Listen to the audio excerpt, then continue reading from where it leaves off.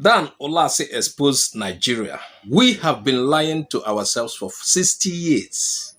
3 days ago, Chief Dan Ulasi sat with Rufai Oseni on Arise TV, and in 15 minutes, he said what most politicians have been hiding for 60 years.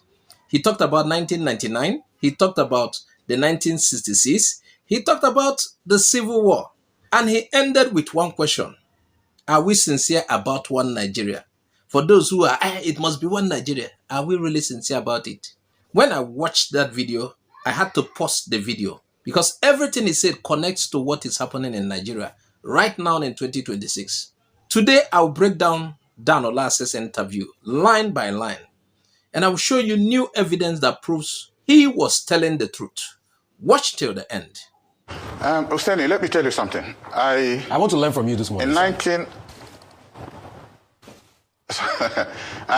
We went to Jos at the first PDP convention that finally brought Olusegun Obasanjo as our candidate.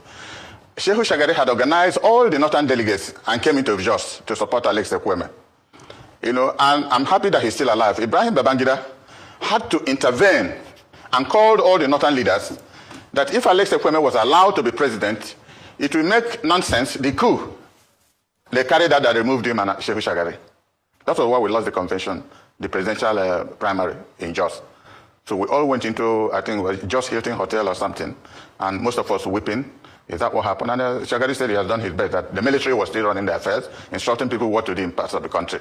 But most importantly, Oseni, let me tell you something. There's a situation we find ourselves, and you start to ask, why is it that God brought all of us in this country? If we cannot explain why or ask any questions why God did that, I would have thought that in the end of the Civil War, now we have 6 component parts of this country. Gowon is still alive.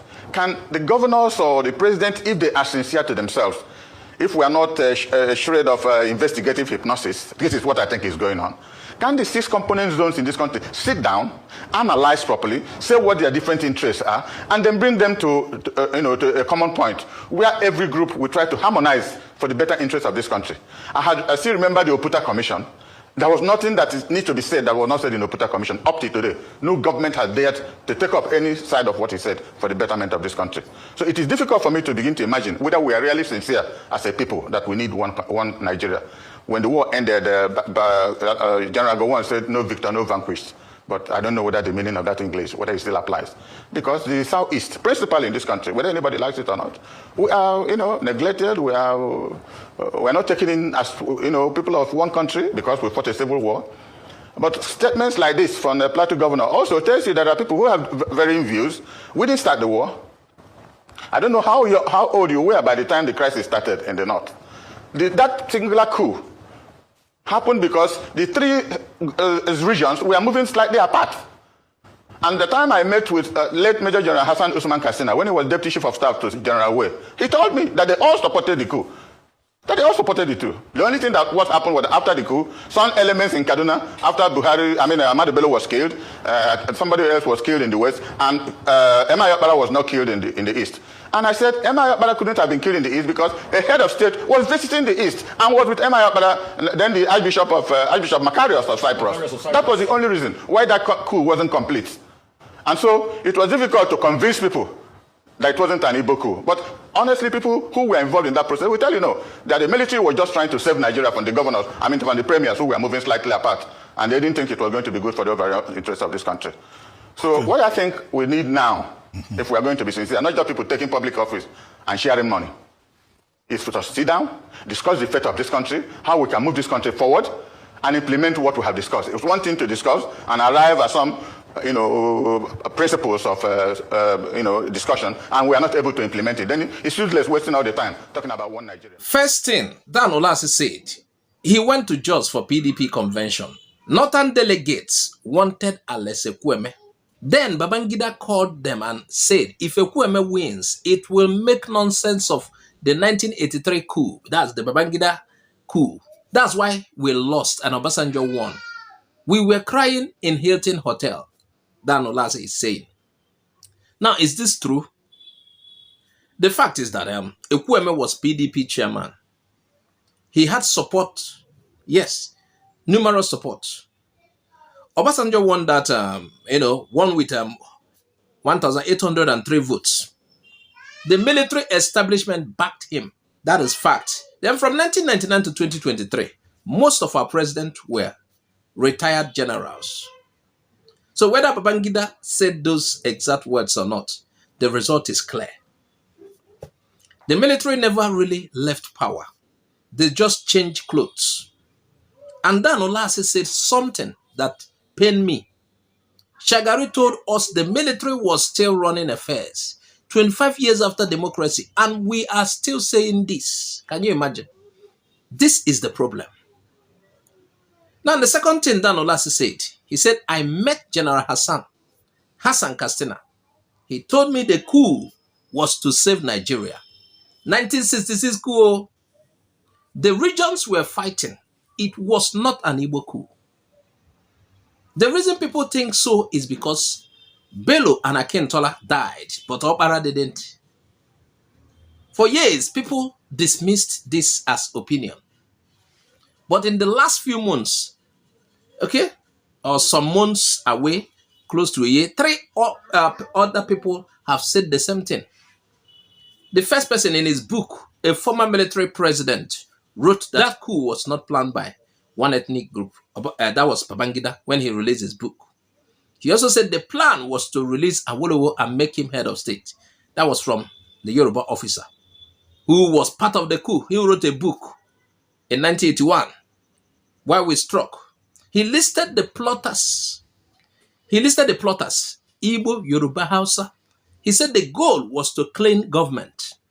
Now, the third person, a retired Northern major, came on a video recently. He said, if those boys were tried in court, the truth would have come out. He said he was alleging Adekunle Jui plotted the coup. So we have a Northerner telling Dan Ulasi, a former head of state, writing it. Then we have a Yoruba coup plotter who also wrote a book. And another Northerner saying it on camera. 4 people, 3 tribes, 1 message. The coup was political, not tribal. But because of how it ended, Nigeria believed a lie for 60 years. And that lie cost the counter coup, the killings, and the Biafra-Nigeria war. The third thing Dan Ulasi said, Gowon said no Victor No Vanquished. But is it true? Is it true? The Southeast or the Igbos feels neglected because we fought a war. He also mentioned Oputa Panel. We did the panel in 1999. We wrote everything. No government implemented it.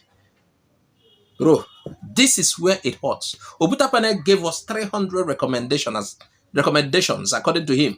25 years later, everything is dust. 2014 National Conference gave us recommendations. I think the one organized by Goodluck Jonathan. Everything is now dust. Now in 2026, a governor is apologizing for 1967, the Plateau State governor. Another man is arguing about Igbo. Another group is talking about court judgments. All these are symptoms. The disease is, according to him, we never sat down to treat the wound of 1966 and 1967. So when Dan Ulasi says Southeast feels neglected, he's not saying a government did nothing. He's saying the feeling is still there. And until we address the feeling, peace will not come. Dan Ulasi ended with this solution. And this is, well, the most important part of what he said. He said, can the C-zone sit down? Let everyone bring their fears, their interests. Let us harmonize it. Then implement it. If not, talking about one Nigeria is useless. And for me, that is the truth. And let me react to all of this and we'll be out of here. On 1999, he is right. We pretend democracy started in 1999, but the same people were still deciding. Then on 1966, the evidence is now too much to ignore. We have to teach our children the full story, not just one version. On no Victor No Vanquished, a statement is not enough. There must be action, roads, fairness, fair representation. Now, on the solution, I agree.